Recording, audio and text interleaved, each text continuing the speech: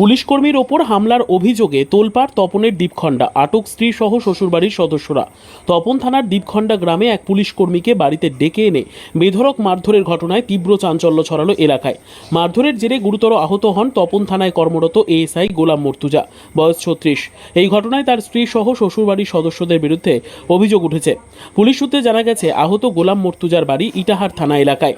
কর্মসূত্রে গত 2.5 বছর ধরে তিনি তপনে কর্মরত ছিলেন। স্থানীয় সূত্রের খবর, এই সময় দ্বীপখণ্ডা গ্রামের এক যুবতীর সঙ্গে তার ঘনিষ্ঠ সম্পর্ক গড়ে ওঠে। পরে সেই সম্পর্কের টানাপোড়েন ও নানান অভিযোগে পরিস্থিতি জটিল হয়ে ওঠে। অভিযোগ, সম্প্রতি ওই যুবতী গোলামকে ব্ল্যাকমেল করছিলেন এবং পরবর্তীতে তাকে বিয়ে করতেও বাধ্য করেন।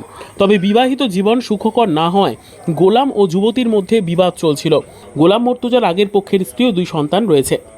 অভিযোগ, রবিবার বিকেলে যুবতী ফের গোলামকে নানান অজুহাতে নিজের বাড়িতে ডেকে নেন। সেখানেই তার পরিবারের সদস্যরা লাঠিসোঁটা নিয়ে তার উপর চড়াও হন বলে অভিযোগ। এই ঘটনায় তার মাথায় গুরুতর আঘাত লাগে। প্রথমে তপন গ্রামীণ হাসপাতালে নিয়ে যাওয়া হলেও অবস্থার অবনতি হওয়ায় তাকে গঙ্গারামপুর সুপার স্পেশালিটি হাসপাতাল এবং সেখান থেকে মালদা মেডিকেলে স্থানান্তরিত করা হয়।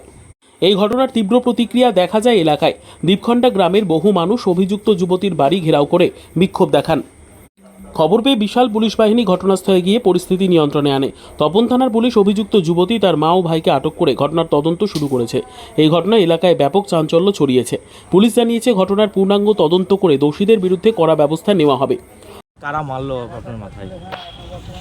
বিষয় নিয়ে আমি এখন কিছু বলতে চাচ্ছি না, যা বলার আমি পরে বলবো। ঠিক ঠিক আছে। ব্যুরো রিপোর্ট, উত্তর বাংলা সংবাদ।